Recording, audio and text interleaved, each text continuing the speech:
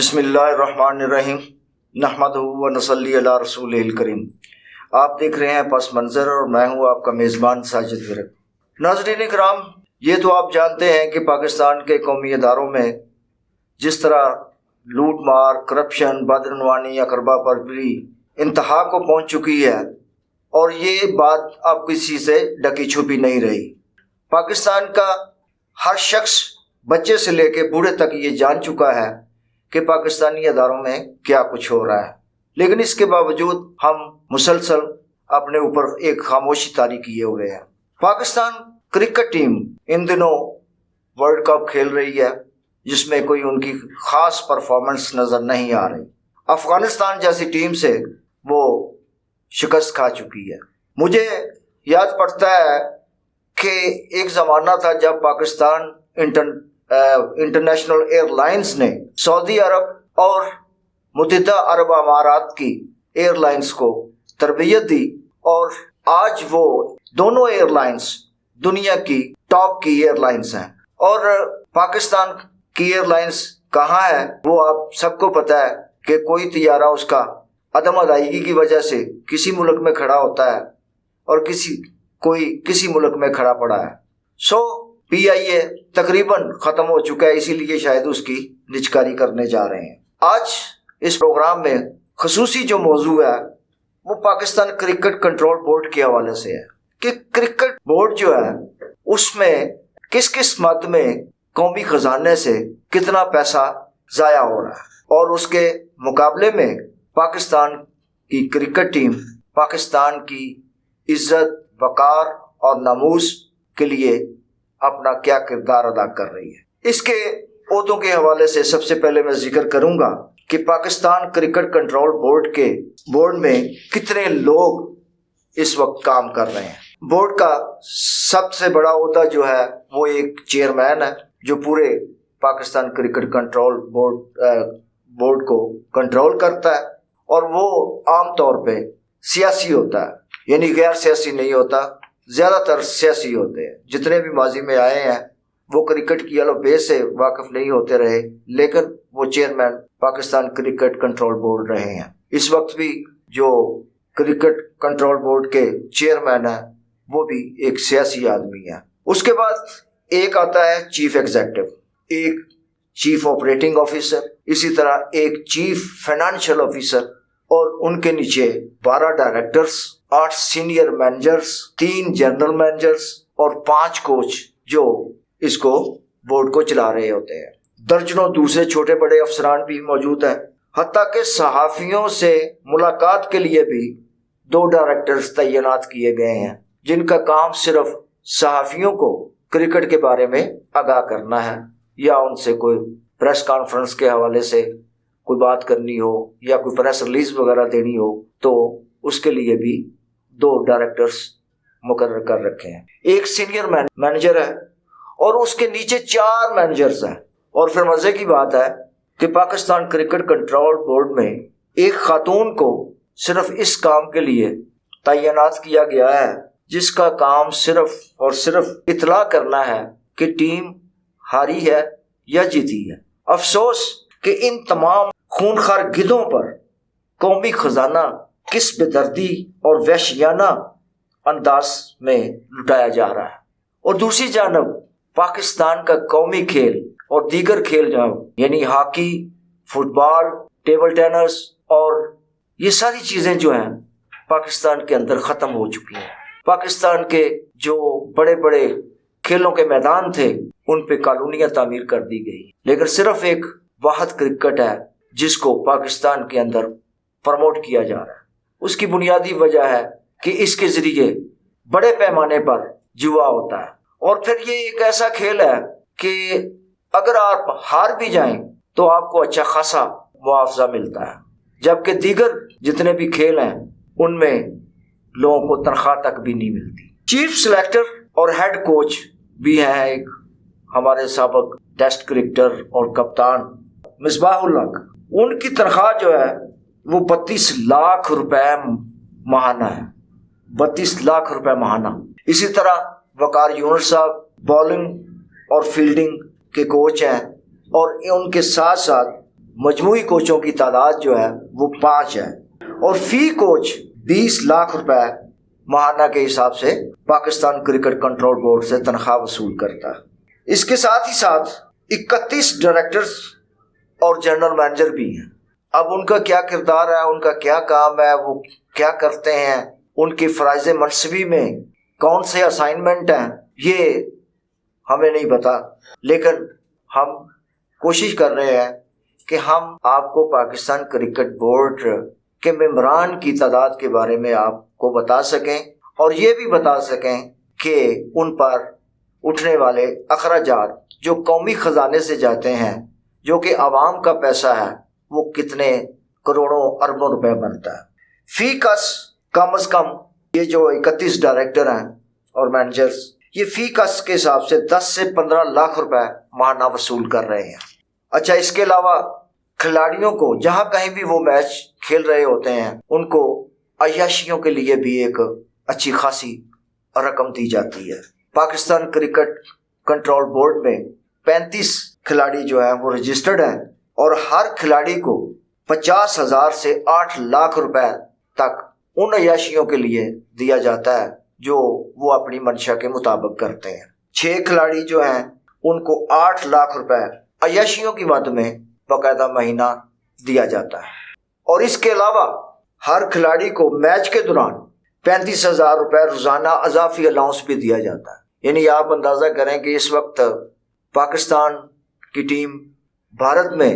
World cup کھیل رہی ہے، اور جو لوگ وہاں پہ اس وقت ٹیم کا حصہ ہیں، ان سب کو جس روز ان کا میچ ہوتا ہے اس دن 35,000 روپے اضافی الاؤنس بھی دیا جاتا ہے۔ باقی آپ کو پتہ ہے کہ جہاں کہیں بھی کھلاڑیوں نے جانا ہوتا ہے، اس کے ساتھ ٹیم کے دیگر ممبران نے جانا ہوتا ہے، جن میں کوچ آتے ہیں، جن میں اپنا ڈائریکٹرز آتے ہیں، جن میں دیگر لوگ ہیں۔ اس دفعہ تو چیئرمین صاحب بھی گئے ہوئے ہیں، ذکا اشرف صاحب، تو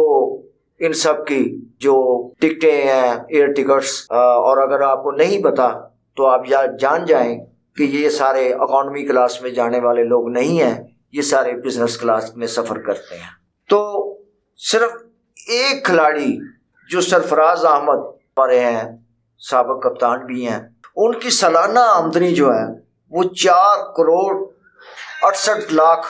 روپے جو کہ ڈالروں میں ہے، وہ پاکستان کرکٹ کنٹرول بورڈ سے سالانہ وصول کرتے ہیں۔ یعنی 4 کروڑ 68 لاکھ، ٹو مچ، جبکہ ان دنوں وہ باقاعدہ کسی ٹیم کا حصہ نہیں ہے، وہ کوئی بھی میچ نہیں کھیل رہے، لیکن وہ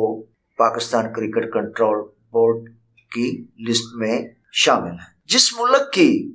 80% آبادی شدید غربت، افلاس، فاقوں اور بیماریوں کی زد میں ہو، اور وہاں پہ ایک ادارہ جو قومی خزانے پر اتنا بڑا بوجھ ہو، اتنا بڑا ڈاکہ ڈال رہا ہو، اور پھر اس کا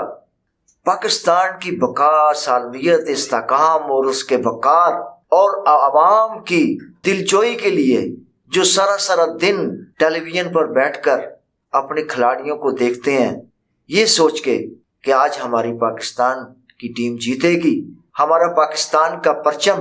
جس کے اوپر چاند ستارہ بنا ہوا ہے، سفید اور گرین رنگ کا ہے، آج وہ دنیا بھر میں نمایاں دکھائی دے گا۔ لیکن جب میچ ختم ہوتا ہے تو ان پاکستانیوں کو سوائے مایوسی کے کچھ حاصل نہیں ہوتا۔ دوسری جانب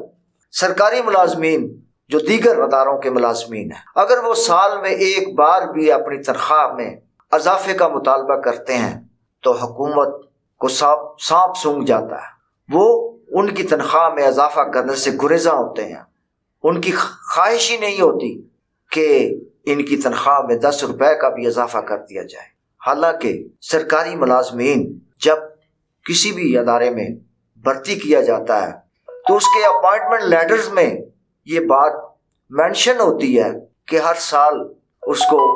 فلاں اضافی الاؤنس دیے جائیں گے، ان کو انکریمنٹ دی جائے گی، اور ان کو یہ مراعات دی جائیں گی، اور پھر جو تنخواہوں میں اضافہ کیا جاتا ہے وہ موجودہ مہنگائی کے تناسب سے کیا جاتا ہے۔ لیکن ہمارے ہاں ایسا نہیں ہے۔ ہم اپنی مرضی سے جن لوگوں نے پارلیمنٹ میں بیٹھ کر فیصلے کرنے ہوتے ہیں وہ ایسے اداروں کو جن کی پشت پہ وہ خود کھڑے ہوتے ہیں، ان کی تنخواہوں میں اضافہ ہوتا ہے، جیسا کہ یہ پاکستان کرکٹ بورڈ کی بات کر رہا ہوں میں، اور دوسری جانب وہ اپنی مراعات میں اضافہ کرتے ہیں، اپنی تنخواہوں میں اضافہ کرتے ہیں۔ اب تو یہاں تک کہ پاکستان کے اندر پارلیمنٹ میں یہ قانون بھی پاس کر دیا گیا ہے کہ پارلیمنٹیرین کو باقاعدہ پینشن ملا کرے گی۔ اور خدارا کوئی خوف کریں، آپ پبلک سرونٹ نہیں ہیں جس طرح سرکاری ملازم ہوتے ہیں۔ آپ قوم سے ووٹ لے کے آتے ہیں، ایک مخصوص پیریڈ کے لیے آتے ہیں، وہ 5 سال ہوتے ہیں، یا دوسری مرتبہ آپ منتخب ہو جاتے ہیں تو 10 سال ہو جاتے ہیں۔ تو آپ کا حق صرف ان سالوں کا ہے، ان مہینوں کا ہے جس دوران آپ پارلیمنٹ کے ممبر ہیں۔ لیکن کیونکہ ہمارے ہاں تو کوئی نہ آئین ہے نہ قانون ہے، ہر کام ماورائے آئین اور قانون ہوتا ہے، ہر کام اپنی مرضی اور منشا سے ہوتا ہے۔ ماضی میں بے شمار مثالیں موجود ہیں، آج بھی آپ کے سامنے ایک میاں محمد نواز شریف کی صورت میں ایک روشن مثال آپ کے سامنے آ چکی ہے کہ مفروری اور کیا کہتے ہیں اشتہاری ہونے کے باوجود، سزا یافتہ ہونے کے باوجود ان کو بیلیں دی گئیں، ان کا کیسز ختم ہو رہے ہیں۔ لیکن ماضی میں کچھ سیاسی جماعتوں کے ساتھ ایسا نہیں ہوا۔ مثال کے طور پہ جب 88 میں محترمہ بے نظیر بھٹو پرائم منسٹر بنی تو 18 ماہ بعد ان کے اوپر یہ الزام لگایا گیا کہ ان کی حکومت کرپٹ ہے، اور پریزیڈنٹ اسحاق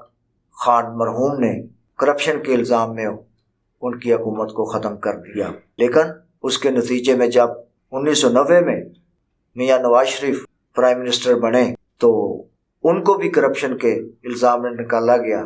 لیکن انہی عدالتوں نے محترمہ بے نظیر بھٹو کی حکومت کو بحال نہیں کیا، بلکہ میاں نواز شریف کی حکومت کو بحال کر دیا گیا۔ اور پھر کہتے ہیں کہ لاڈلا عمران خان ہے، آپ لاڈلے ہیں، آپ لاڈلے ہیں، میاں فیملی لاڈلے، شروع سے عدالتوں سے بھی اور اسٹیبلشمنٹ سے بھی آپ انوکھے لاڈلے ہیں۔ وہ کہتے ہیں نا، وہ ہماری ایک معروف سنگر، مجھے اس وقت ان کا نام یاد نہیں آ رہا، حالانکہ میں ان کی بہت شوق سے غزلیں سنتا ہوں، تو ان کا وہ ایک لاڈلے کے حوالے سے کہ انوکھا لاڈلا کھیلن کو مانگے چاند، تو آپ کو تو ہر دور میں چاند ملتا رہا ہے، آپ ایسے انوکھے لاڈلے ہیں۔ تو بہرحال ناظرین کرام، پاکستان کی موجودہ صورتحال کے بارے ہماری کوشش ہوتی ہے کہ ہم جتنا حصہ اس کی فلاح، بہبود، استحکام اور ترقی میں ڈال سکتے ہیں، تو ہمارا یہ 2 ادارے FM4 کے اور اب VOJ یہ اپنا فرض نبھا رہا ہے، اور انشاءاللہ العزیز اس ملک کی سالمیت، استحکام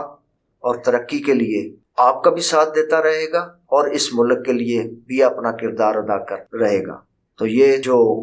آپ کی ذمہ داری بنتی ہے، اب آپ کو سمجھنے کی ضرورت ہے، آپ کو سوچنے کی ضرورت ہے، آپ کو فیصلہ کرنے کی ضرورت ہے، ایسا فیصلہ جو سیاسی وابستگیوں سے بالاتر ہو کر اس ملک، اس عوام کے لیے آپ سوچیں۔ آپ کے بچوں کا مستقبل اس پاکستان سے وابستہ ہے، اس پاکستان کے لیے سوچیں۔ انہی الفاظ کے ساتھ میں آپ سے اجازت چاہوں گا۔ اللہ حافظ۔ پاکستان زندہ باد۔